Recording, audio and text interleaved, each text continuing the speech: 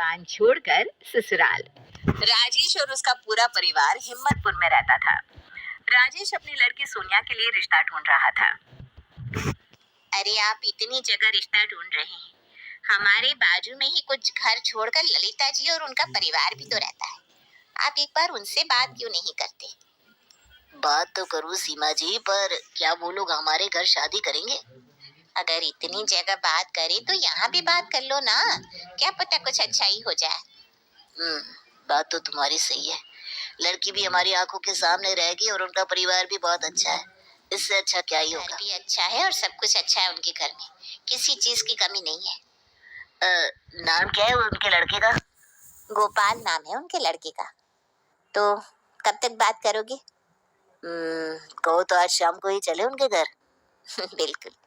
और मुझे जहाँ तक लगता है ललिता बहन जी भी अपने लड़के के लिए एक लड़की ढूंढ रही है।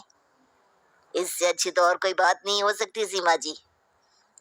शाम होते ही राजेश, सीमा और उनकी लड़की सोनिया तीनों ही ललिता के घर पहुंच जाते हैं। बहन जी क्या हाल है आपके, और भाई साहब कैसे हैं?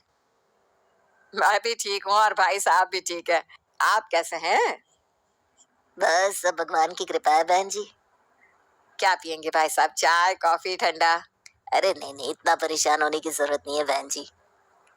आप बिना बातों को गोल गोल घुमाते रहते हैं। अरे अपने ही लोग हैं, सीधे सीधे बात करिए ना।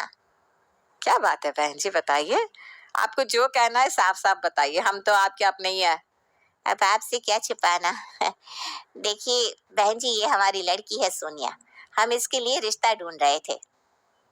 हमने सुना आप भी अपने बेटे के लिए लड़की का रिश्ता ढूंढ रही है।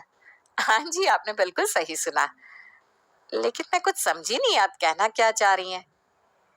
अब हम अपनी बेटी का रिश्ता आपके घर इसलिए लेकर आए ताकि आपको जो भी बात करनी है आप मेरी बेटी से कर सकती है।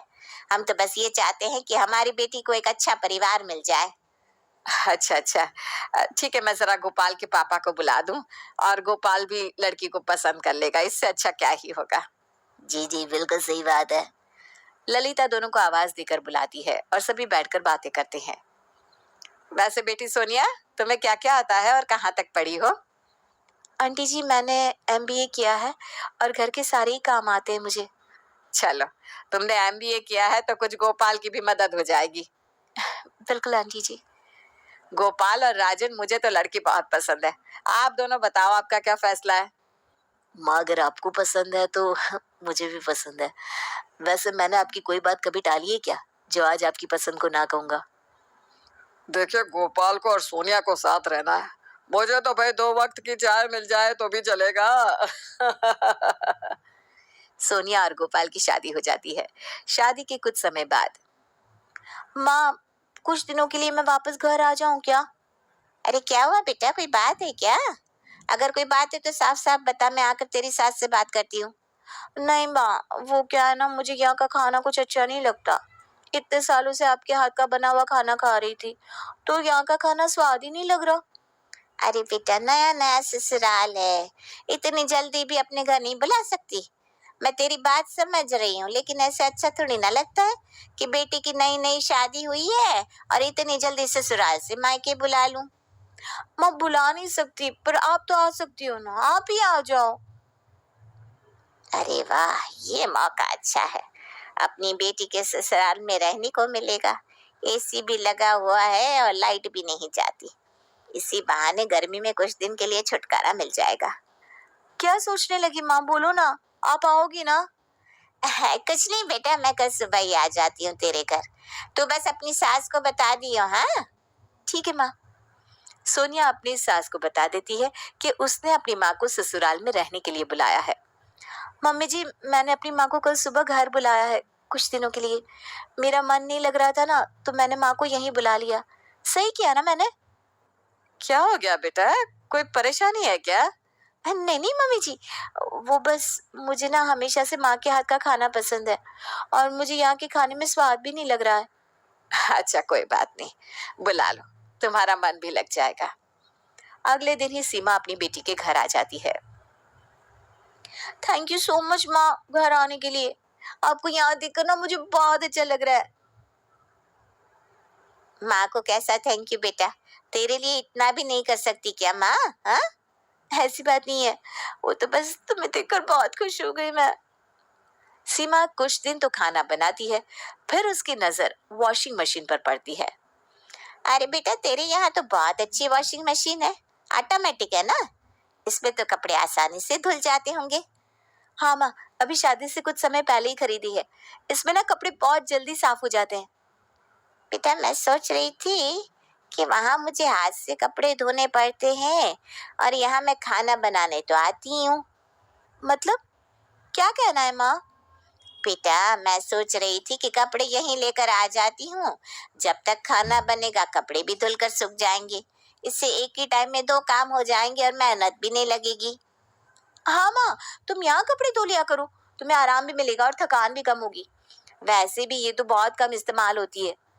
सोनिया की सास सब कुछ देखती है पर उसको कुछ कहती नहीं, लेकिन ये सिलसिला यही नहीं थमता।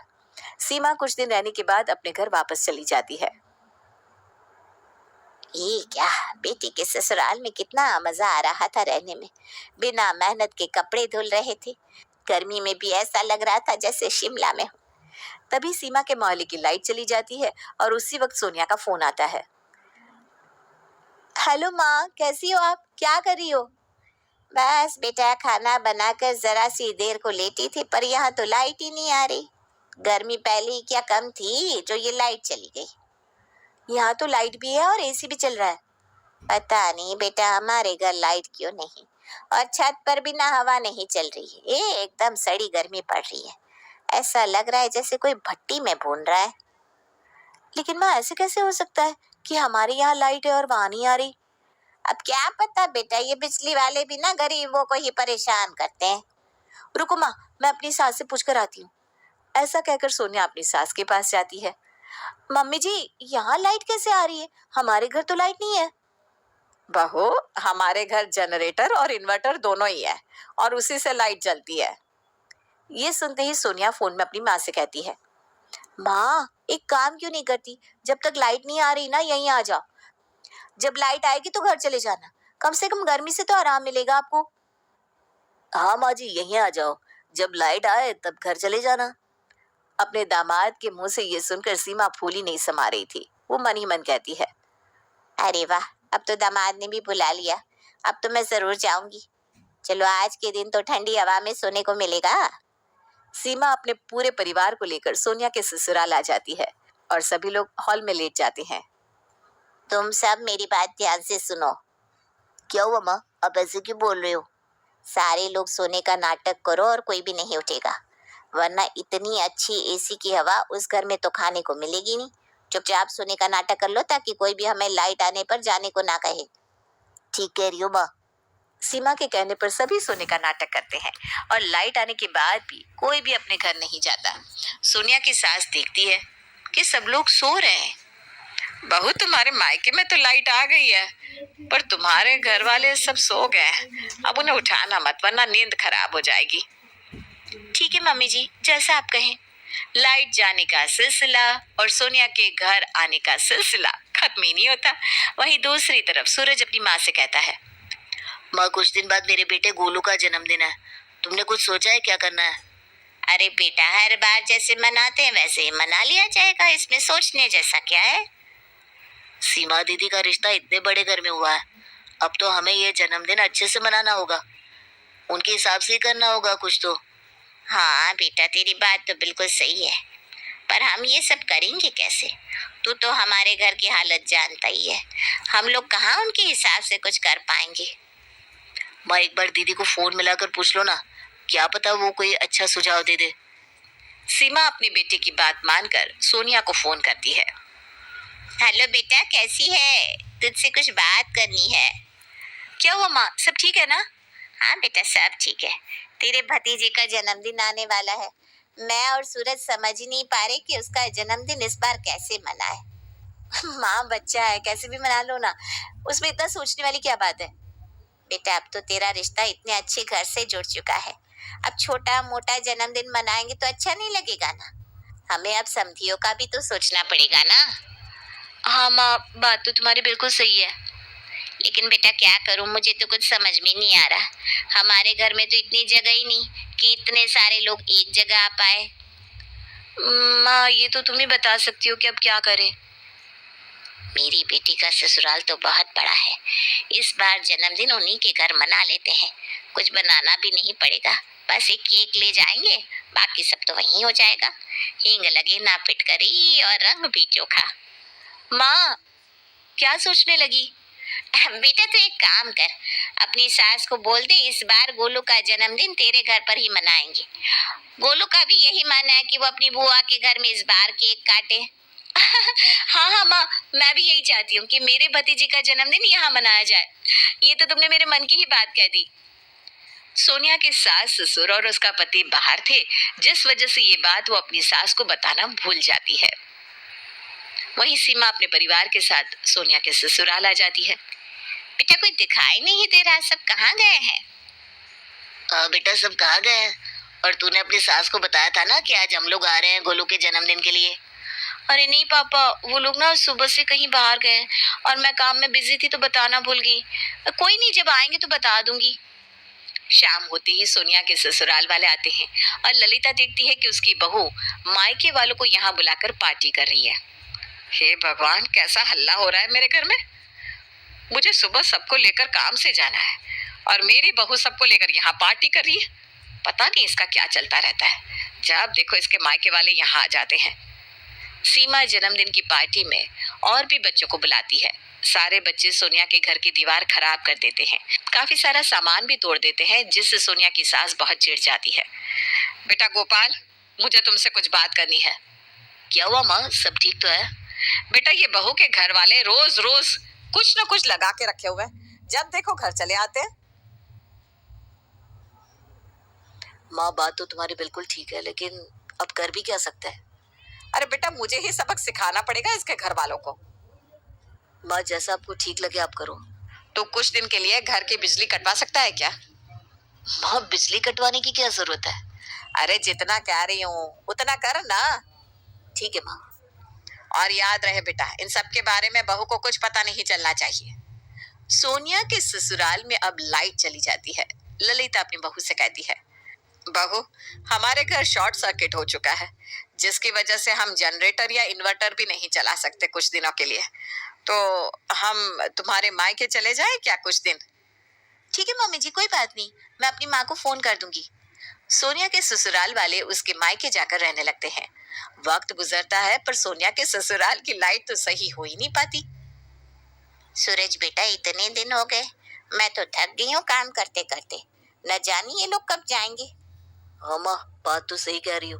ऊपर से हमारा कमरा भी ले रखा है, हमें हॉल में सोना पड़ता है। जल्दी से इनके घर की लाइट लग जाए और हमारे घर की बला टले।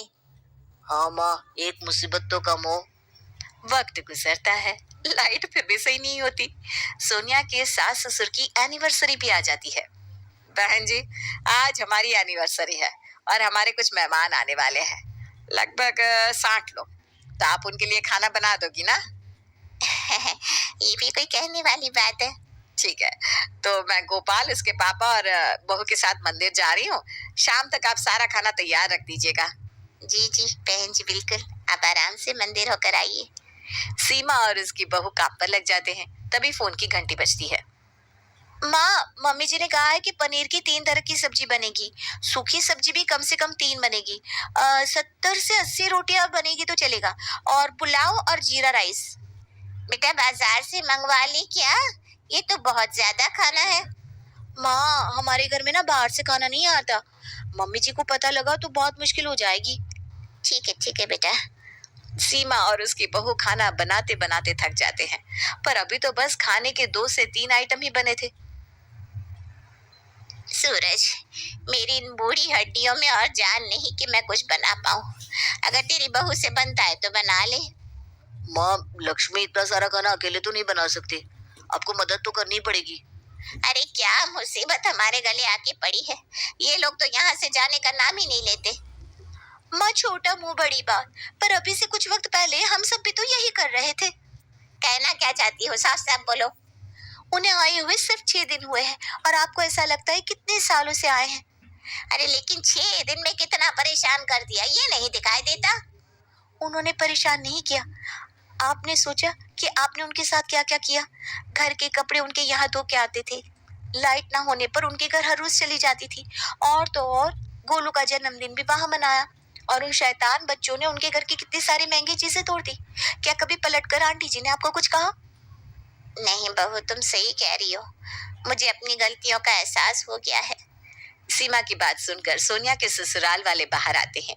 सोनिया की सास ललिता से कहती है,